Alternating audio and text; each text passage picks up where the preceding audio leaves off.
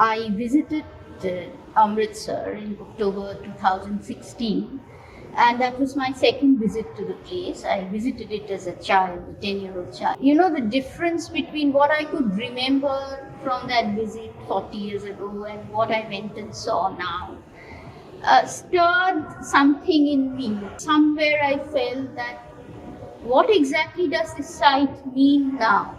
Right. To us. What does it mean to you now that you curated this? I can tell you what it means to me. To me, Jallianwala Bagh is something you read about in your history books. You learned that Rabindranath had relinquished his knighthood, written to Viceroy Lord Chelmsford, but not much else besides that. And when we grew older, we maybe thought, okay, this was the last nail in the coffin of the moral legitimacy of empire. But what you've done is something quite extraordinary. And how do you see it now? How did you go about gathering this vast array of material? I knew almost as much as you just mentioned, knowing about what happened on 13th April, and after that Tagore's relinquishment, and a little more about Rowlatt protests and all of that. So more or less that narrative that's familiar to most of us. So I knew that much. And then when I came back, the more I read, the more I was astonished to find out how little I knew actually. And how selectively we have remembered this very, very important episode of our history. Okay. Is it how selectively have we remembered, or how selectively have we been allowed to remember? Both. Right. I think.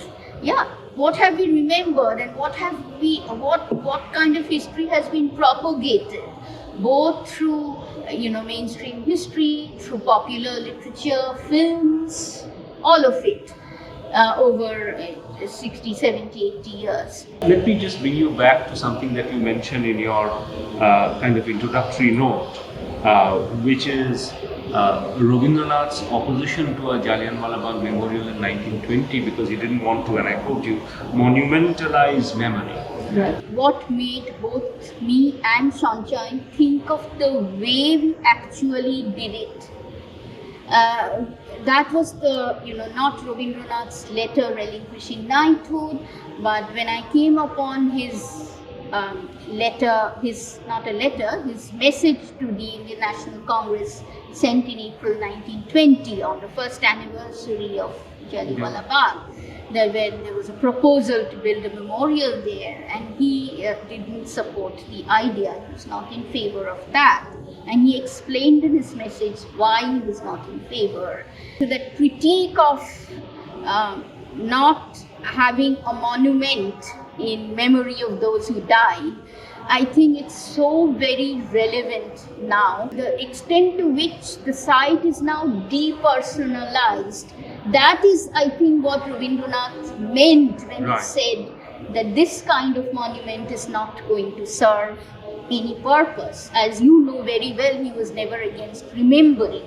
All his songs, very well-known songs like Tobu Monireko and all, talk of remembering. So he wasn't against remembering per se, but the way you remember.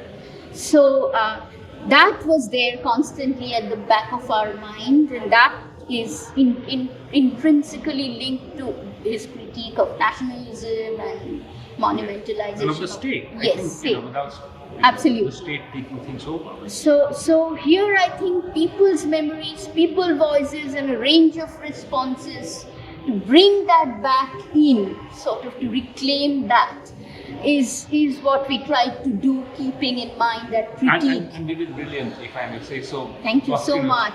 That's a team effort, and thanks to Sanchayan's brilliant artistic direction and a big team who worked tirelessly to do it.